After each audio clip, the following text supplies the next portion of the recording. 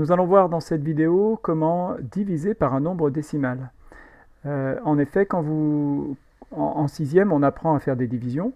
On apprend aussi à faire des divisions décimales, mais en général, quand on pose une division, on ne divise, le dividende peut être un nombre décimal, par exemple 3,6, mais en général, le diviseur était systématiquement un nombre entier, par exemple 5 ou 6 ou 7 ou 12, pourquoi pas.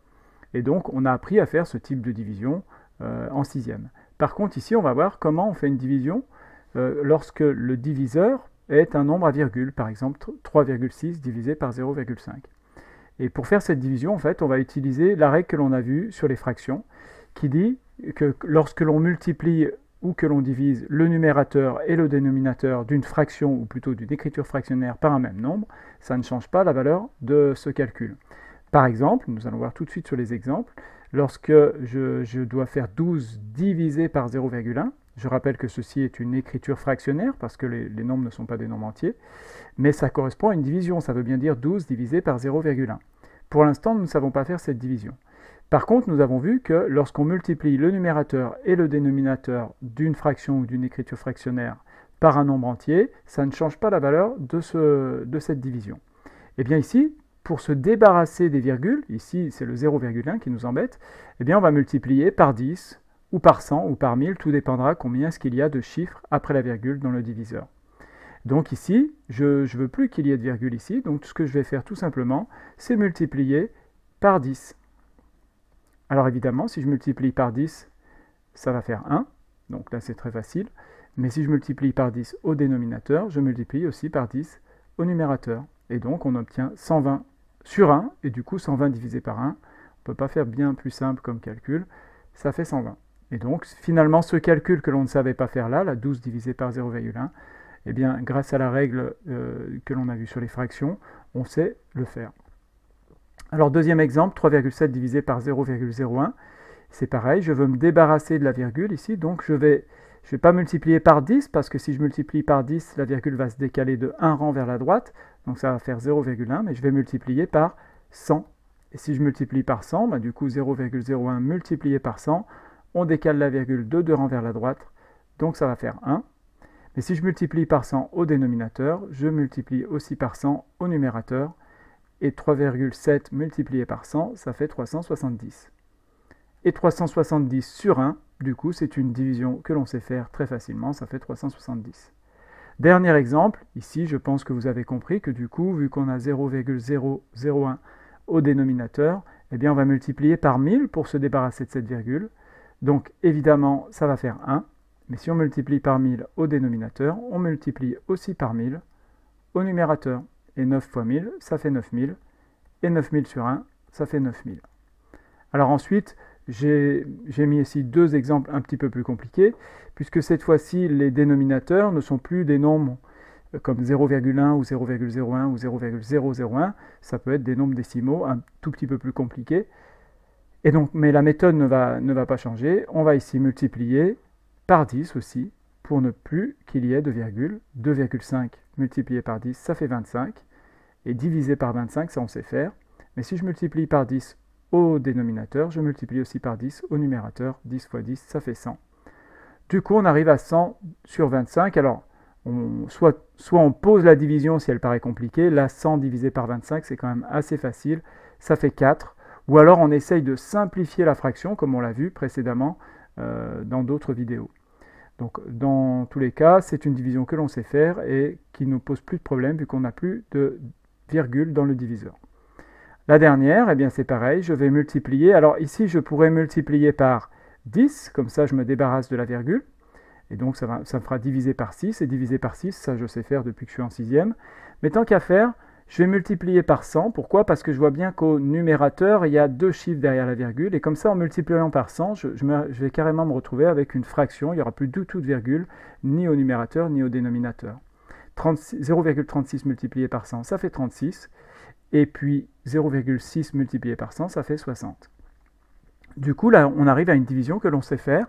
Alors avant de poser la division, celle-ci est un peu plus compliquée, on n'arrive pas à trouver de tête aussi facilement que précédemment comme le résultat. Alors soit on peut la poser, mais le plus simple c'est quand même de simplifier cette fraction avec les méthodes que l'on a vues pour simplifier les fractions. Ici, je repère que les deux nombres, 36 et 60, sont tous les deux soit dans la table du 2, soit aussi dans la table du 6. Donc je vais diviser dans un premier temps par 6 au dénominateur et au numérateur. Et donc, pas fois 6, pardon, je fais une petite erreur là. C'est divisé par 6 évidemment. Si on divise par 6 au numérateur, on divise par 6 au dénominateur. Et 36 divisé par 6, ça fait 6, et 60 divisé par 6, ça fait 10. Et là, on arrive à une division qui est beaucoup plus facile à faire. 6 divisé par 10, c'est 6 dixièmes, donc c'est 0,6.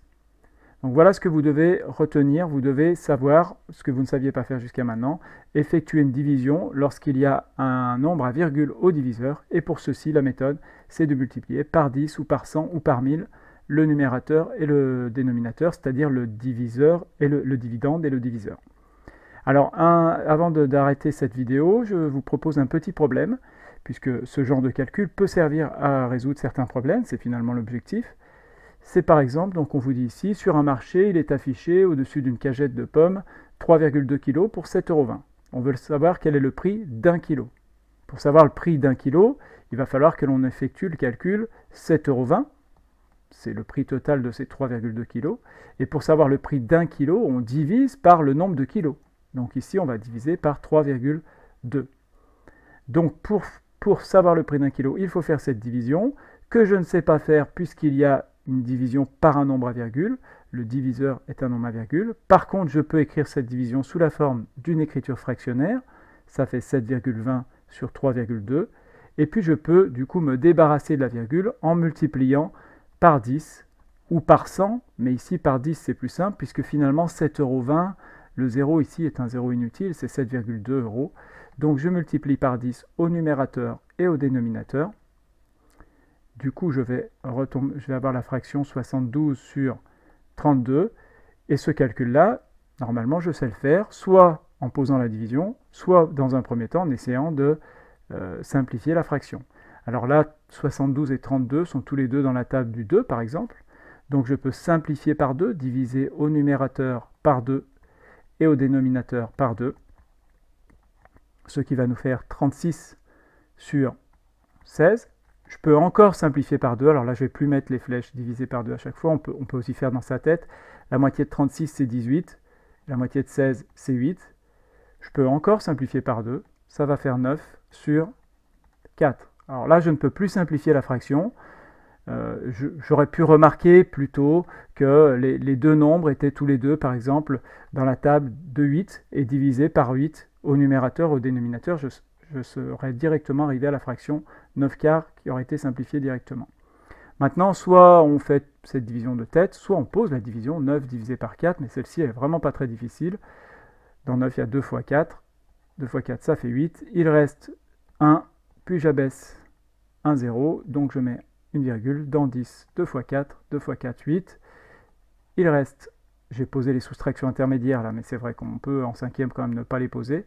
Il reste 2, puis j'abaisse un 0, et dans 20, combien de fois 4 ? 5 fois. Et 5 fois 4, ça fait 20, et cette fois-ci, il reste 0, donc ma division est terminée. Donc cette division, 9 divisé par 4, fait 2,25. Alors, le but de ce qu'on fera là dans les problèmes, c'est de ne pas utiliser la calculatrice, parce qu'évidemment, si on a la calculatrice, on pose directement la division avec la calculatrice, et il n'y a plus aucun problème pour faire ce calcul. Par contre, comme c'est un problème, ici on peut faire une petite conclusion. 1 kg de ces pommes coûte 2,25 €.